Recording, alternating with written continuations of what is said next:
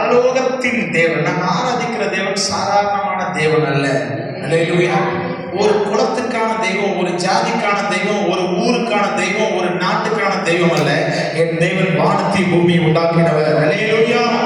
அவர் பரலோகத்தின் தேவன். ஆமென். அந்த பரலோகத்தின் தேவன் எங்களுக்கு நமக்கு காரியங்களை கைகூடி வர பண்ணுவார். எல்லாவற்றையும் என் தேவன் கைகூடி நசிவாரு.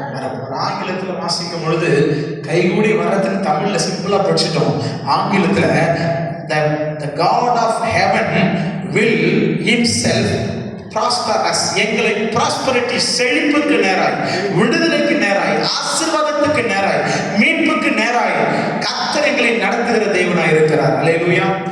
வார்த்தையை நாங்கள் விசுவாசிக்கிறோம், சபையில ஜெபம் பண்றோம். ஜனங்க ஒவ்வொரு நாளும் அறிக்கை செய்ய சொல்லியிருக்கிறாங்க. அறிக்கையிட்டு என்ன செய்யுங்க? ஜெபம் பண்ணுங்க. நம்முடைய காரியங்களை நம் தேவன் கைகூடி வர பண்ணுவார். அல்லேலூயா.